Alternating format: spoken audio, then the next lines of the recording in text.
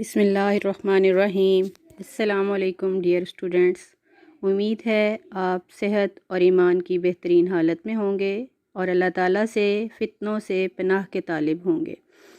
عزیز طلباء و طالبات، اپنے پچھلے لیکچر میں اللہ کے فضل سے ہم نے سورہ احزاب کا آغاز کیا اور اس کا تعارف پڑھا۔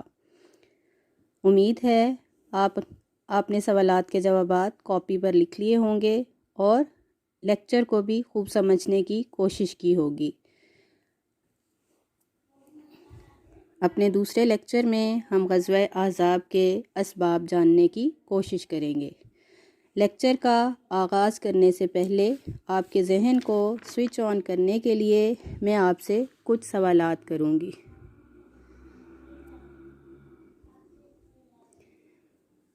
سوال نمبر 1 ہے، اسلام اور کفر کا پہلا معرکہ کون سا تھا اور اس میں کون فتح یاب ہوا؟ دوسرا سوال ہے، یہ معرکہ یعنی اسلام اور کفر کا پہلا معرکہ کب وقوع پذیر ہوا؟ سوال نمبر 3، شکست کھانے والے گروہ نے کس بات کا تہیہ کیا؟ سوال نمبر 4، اس تہیہ کے نتیجے میں کون سا غزوہ پیش آیا؟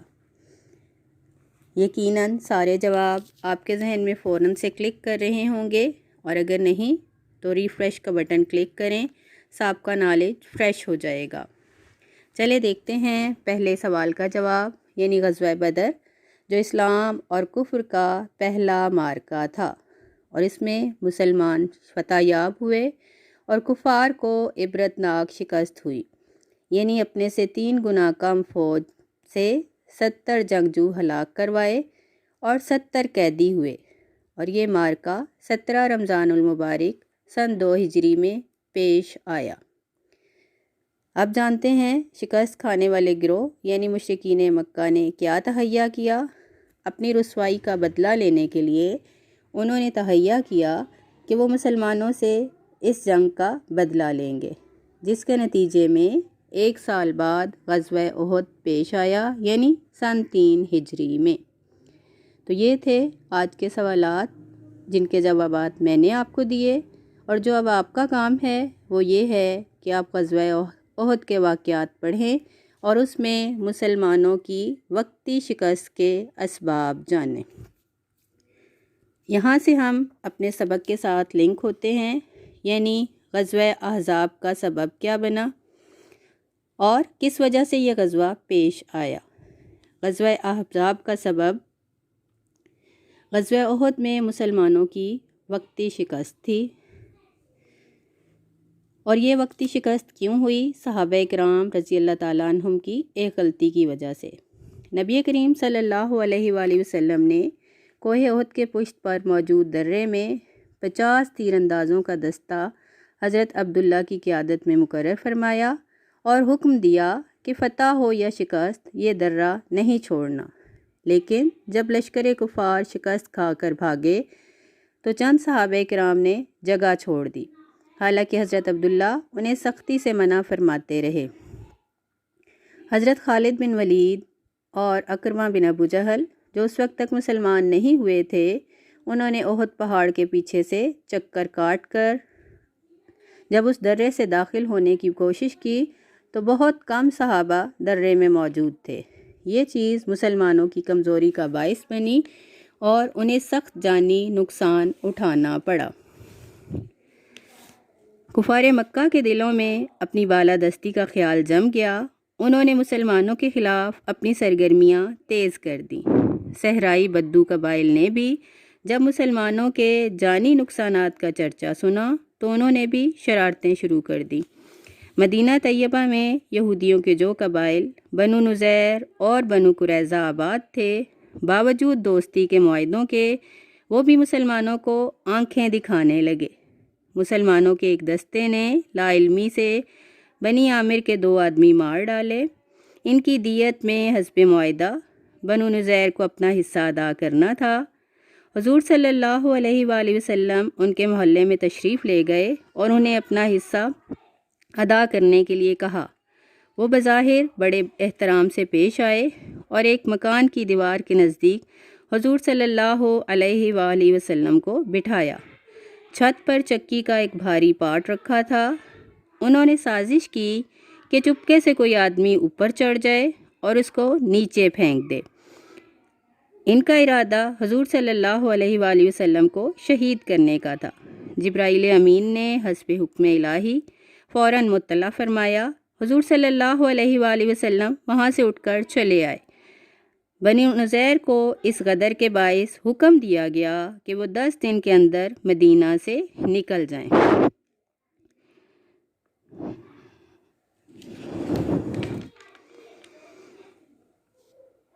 عبداللہ بن ابی نے انہیں جا کر شہ دی کہ وہ اپنے گھروں میں ڈٹے رہیں۔ اگر لڑائی کی نوبت آئی تو وہ اپنی جمعیت کے ساتھ مسلمانوں کے خلاف جنگ کرے گا، اور اس نے یقین دلایا کہ دوسرے کئی بدو قبائل بھی ان کی امداد کے لیے مدینہ پر دھاوا بول دیں گے۔ اس لیے بنو نذیر نے اس حکم کی تعمیل کرنے سے انکار کر دیا اور صاف صاف کہلا بھیجا کہ ہم اپنے گھروں کو چھوڑنے کے لیے تیار نہیں، آپ سے جو کچھ ہو سکتا ہے کر گزریے۔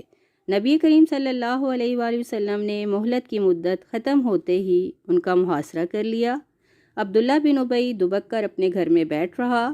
کسی کو ہمت نہ ہوئی کہ ان کے دوش بدوش کھڑا ہو کر مسلمانوں کا مقابلہ کرے۔ جب بنی نذیر نے حالات کو اپنے توقع کے خلاف پایا تو انہوں نے مدینہ طیبہ چھوڑنے پر آمادگی کا اظہار کیا۔ چنانچہ 3 آدمیوں کو ایک اونٹ پر جتنا سامان وہ لاد سکتے تھے لاد کر لے جانے کی حضور صلی اللہ علیہ وآلہ وسلم نے اجازت دے دی۔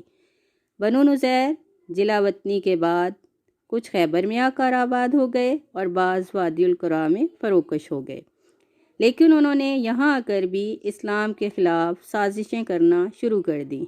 ان کے ایک وفد نے، جن میں کئی لوگ شامل تھے، مکہ جا کر لوگوں کو حضور صلی اللہ علیہ وآلہ وسلم کے خلاف جنگ پر ابھارنا شروع کیا اور انہیں یقین دلایا کہ وہ اس جنگ میں ان کے ساتھ ہوں گے، یہاں تک کہ اسلام اور بانی اسلام کو ختم کر کے دم لیں گے۔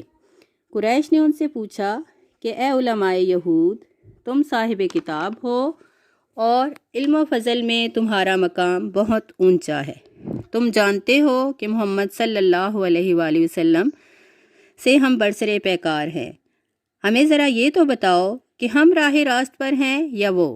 یہودی وفد نے کہا، تمہارا دین ان کے دین سے بہتر ہے اور ان سے کہیں زیادہ تم راہ حق پر گامزن ہو۔ بے وقوف اتنی سی بات پر خوشی کے مارے آپے سے باہر ہو گئے۔ چنانچہ وہ بھی اس معاہدے میں شریک ہو گئے اور مسلمانوں کو نیست و نابود کر دینے کا عزم کر لیا۔ اس وفد کی ملاقات جب ابو سفیان سے ہوئی تو اس نے ان کا بڑا پرتپاک خیر مقدم کیا اور انہیں کہا کہ ہمارے نزدیک سب سے پسندیدہ لوگ وہ ہیں جو محمد صلی اللہ علیہ وآلہ وسلم کی عداوت پر ہمارے ساتھ معاہدہ کرتے ہیں۔ یہودی اور کیا چاہتے تھے؟ انہوں نے ابو سفیان کی اس آمادگی کو دیکھ کر کہا، آپ قریش میں سے 50 سردار چن لیں اور آپ بھی ان میں ہوں، پھر ہم سب جا کر کعبہ کے غلاف کو پکڑ کر اور اپنے سینے کعبہ کی دیواروں سے ملا کر وعدہ کریں کہ ہم پیغمبر اسلام کی عداوت میں سیسا پلائی ہوئی دیوار بن جائیں گے، اور جب تک ہم میں سے ایک شخص بھی زندہ رہا وہ اسلام کے خلاف جنگ جاری رکھے گا۔ چنانچہ قریش کے 50 سرداروں اور یہودیوں کے اس وفد نے کعبہ کے غلاف کو پکڑ کر اسلام اور مسلمانوں کو ختم کرنے کا معاہدہ کیا۔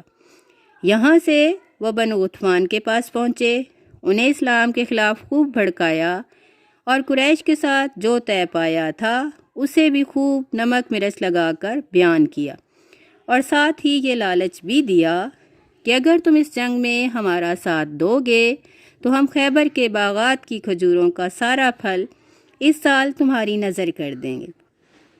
چنانچہ بنو غطفان کا سردار اپنے قبیلے سمیت اس سازش میں شریک ہو گیا اور اس نے اپنے دوست قبائل کو بھی اس جنگ میں شرکت کی دعوت دی، جو انہوں نے قبول کر لی۔ قریش کے لشکر کا سردار ابو سفیان تھا۔ غطفان اور اس کے حلیف قبیلوں کا پرچم عیینہ کے ہاتھ میں تھا۔ اس طرح تقریباً یہ 10 سے 12,000 کا لشکر جرار مدینہ طیبہ پر حملہ کرنے کے لیے اور اس کی اینٹ سے اینٹ بجا کر رکھ دینے کے لیے روانہ ہوا۔ سرزمین عرب میں اتنا عظیم لشکر آج تک کسی نے نہیں دیکھا تھا۔ یہ تھے غزوہ احزاب کے اسباب۔ اب ہم دیکھتے ہیں کہ مسلمانوں نے کیا حکمت عملی اختیار کی۔ اللہ تعالیٰ کا محبوب محمد صلی اللہ علیہ وآلہ وسلم بھی اپنے دشمنوں کے عزائم سے بے خبر نہیں تھا۔ مختلف قبائل میں حضور صلی اللہ علیہ وآلہ وسلم کے جو غلام تھے انہوں نے ساری تفصیلات سے آگاہ کر دیا۔ حضور اکرم صلی اللہ علیہ وآلہ وسلم نے صحابہ کرام رضی اللہ تعالیٰ عنہم کو مشورے کے لیے طلب فرمایا۔ حالات بڑے نازک تھے۔ ایک چھوٹی سی بستی پر اتنے لشکر جرار کی یلغار کیسے روکی جائے، جبکہ اس بستی میں مارہائے آستین کی کمی نہ تھی۔ جیسے آپ پڑھ چکے، عبداللہ بن ابی جو رئیس المنافقین تھا اور اسلام دشمنی میں پیش تھا۔ حضرت سلیمان رضی اللہ تعالیٰ عنہ نے عرض کیا، یا رسول اللہ صلی اللہ علیہ وآلہ وسلم، ہمارے ملک فارس میں جب دشمن یوں حملہ کرنے کی نیت سے دھاوا بول دیتا تو ہم اپنے شہر کے ارد گرد خندق کھود کر اس کی پیش قدمی کو روک دیتے تھے۔ ارشاد ہو تو مدینہ طیبہ کے ارد گرد خندق کھودی جائے۔ نبی اکرم صلی اللہ علیہ وآلہ وسلم نے اس تجویز کو بہت پسند فرمایا اور شہر کی اس جانب جدھر سے چڑھائی کا خدشہ تھا خندق کھودنے کے لیے نشانات لگا دیے گئے۔ اسی لیے غزوہ احزاب کو غزوہ خندق بھی کہا جاتا ہے۔ ہر 10 آدمی کو 40 گز خندق کھودنے کا فریضہ سونپا گیا۔ خندق کھودنے کے کام میں سب مسلمان شریک تھے، کوئی بھی مستثنی نہ تھا، یہاں تک کہ فخر دو جہاں سرور کون و مکان اپنے دستے مبارک میں کدال لیے اپنے غلاموں کے دوش بدوش خندق کھودنے میں مصروف تھے اور مٹی اٹھا کر باہر پھینک رہے تھے۔ صحابہ کرام کہتے ہیں کہ شکم مبارک کے بال مٹی سے اٹ گئے اور جلد مبارک دکھائی نہیں دیتی تھی۔ شب و روز کی محنت شاقہ سے کفار کے لشکر کے آنے سے پہلے خندق تیار کر لی گئی۔ مدینہ کے 3 اطراف ایسے تھے جہاں سے عمومی حملے کی توقع نہ تھی۔ جنوب کی طرف گھنے باغات تھے، مشرق اور مغرب کی طرف پتھریلا علاقہ اور سخت چٹانیں تھیں جہاں جگہ جگہ گہری اور چوڑی دراڑیں تھیں۔ صرف شمال کی سمت ہی کھلی اور غیر محفوظ تھی، جیسے کہ آپ اپنے سامنے نقشے میں دیکھ سکتے ہیں، اور شمال کی جانب سے ہی خطرہ تھا۔ چنانچہ کوہ صلہ کو پشت کی طرف رکھ کر شہر کی شمالی جانب 5 گز چوڑی 5 گز گہری خندق کھود کر مکمل کر لی گئی۔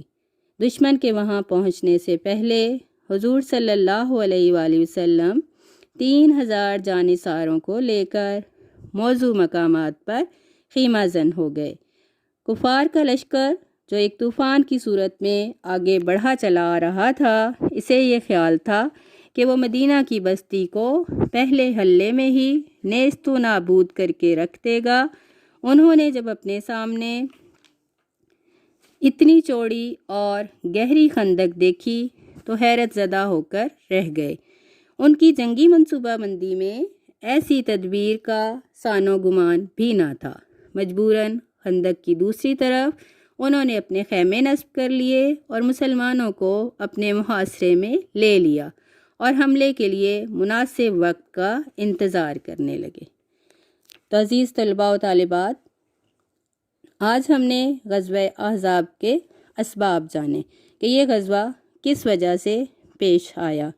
اگر آپ کے ذہن میں کسی قسم کی کوئی الجھن، کوئی سوال ہو تو آپ پوچھ سکتے ہیں، ورنہ اپنے لیکچر کو دوبارہ سے سنیں اور چند سوالات اپنی کاپی پر تحریر کریں اور ان کے جواب لکھیں، جیسے غزوہ احزاب کا دوسرا نام کیا ہے؟ غزوہ احزاب کا دوسرا نام کیا ہے؟ خندق مدینہ کے کس جانب کھودی گئی؟ خندق مدینہ کے کس جانب کھودی گئی؟ تیسرا سوال، خندق کتنے دنوں میں کھود کر مکمل کی گئی؟ خندق کتنے دنوں میں کھود کر مکمل کی گئی؟ یہ خندق کس قدر چوڑی اور کس قدر گہری تھی؟ یہ خندق کس قدر چوڑی اور کس قدر گہری تھی؟ غزوہ خندق میں مسلمانوں کی تعداد کتنی تھی؟ نیز کتنے کفار مکہ پر حملہ آور ہونے کے لیے آئے؟ غزوہ احزاب میں فریقین کی تعداد کتنی تھی، یعنی کتنے مسلمان تھے اور کتنے کفار تھے؟ اگلا سوال، خندق کھودنے کا مشورہ کس صحابی نے دیا؟ خندق کھودنے کا مشورہ کس صحابی نے دیا؟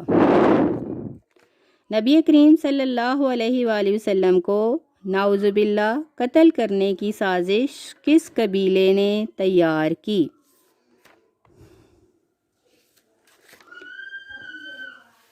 جن یہود قبائل کو مدینہ سے نکالا گیا، انہوں نے کہاں جا کر اپنی بستیاں آباد کیں؟ جن یہود قبائل کو مدینہ سے نکالا گیا، انہوں نے کہاں جا کر اپنی بستیاں آباد کیں؟